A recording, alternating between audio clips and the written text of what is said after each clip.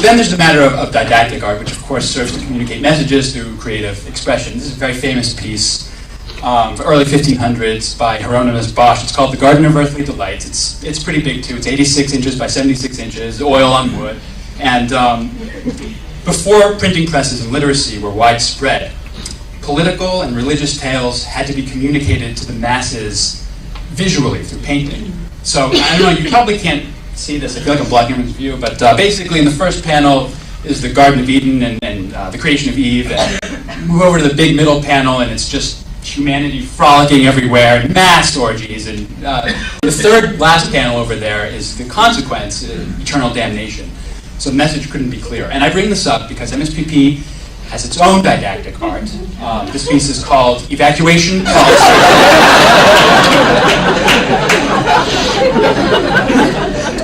8.5 by 11, ink on paper.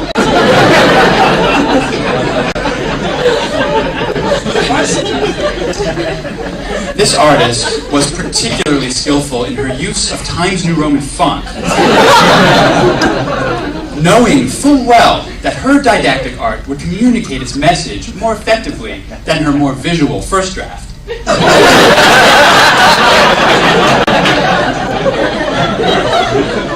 I concur. Let's have a look at this piece. I'm sure many of us have seen this in the library. Here we note the use of pastels to depict a building. This piece really gives our school an authentic West Palm Beach nursing home.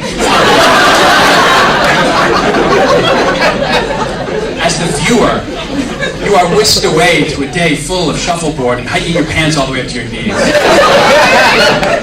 And dinner at 4 p.m. with Norby.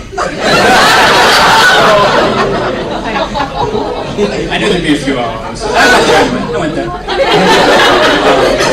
Nothing wrong with dinner at 4, though. I love dinner. I love 4 o'clock. I love dinner at 4. And then this piece is at the front of the building. I actually really like this piece. Perhaps you've noticed that not all of our art is painted. This is what painters call a sculpture. Okay? Basically it has these horizontal crossbeams that resemble open arms, as if to say, welcome to MSPP, and we don't manufacture credit cards, you want the next building over.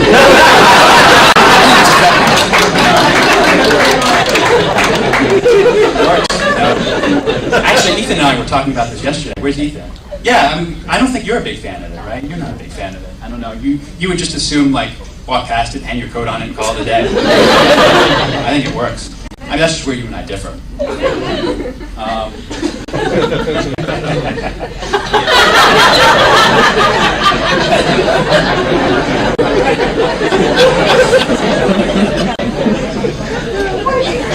I don't even know what to say about this. First it was outside, now it's inside, but it still looks like a discarded prop from Star Trek. You know, when they would try to depict alien planets and then try to guess what alien art might look like, you know? I don't know, I look at this piece and I think, wow, Klingons are a violent race. Which in turn reminds me that I am a nerd. I don't like this piece. Well, my last slide, I thought we'd end on a more avant-garde artwork that we have here. It's a hand sanitizer. Yeah. Now, you purists out there would argue that it's not technically art, but it has something very crucial in common with art. It hangs on a wall. It's got to count for something. You know? I mean, what if it were hung elsewhere? Would it become a real work of art? Like, what if it were hung in a refrigerator or on the ceiling? Or what if it were hung on another hand sanitizer? You know? And incidentally, that random guy that was taking pictures in the bathroom, that was me. It was not my proudest moment. But, I'm just kidding. It was my proudest moment. So anyway, I think that was the last slide, if I'm not mistaken. Oh, God! No. All right, that's the end. Thank you, everyone.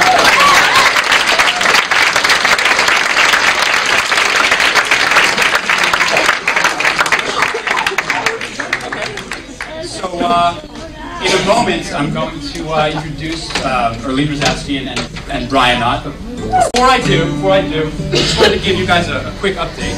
Can you put this one? Thank you, bud. Just a quick update. If anyone wants a copy of the doctrine, go put it in the mailbox.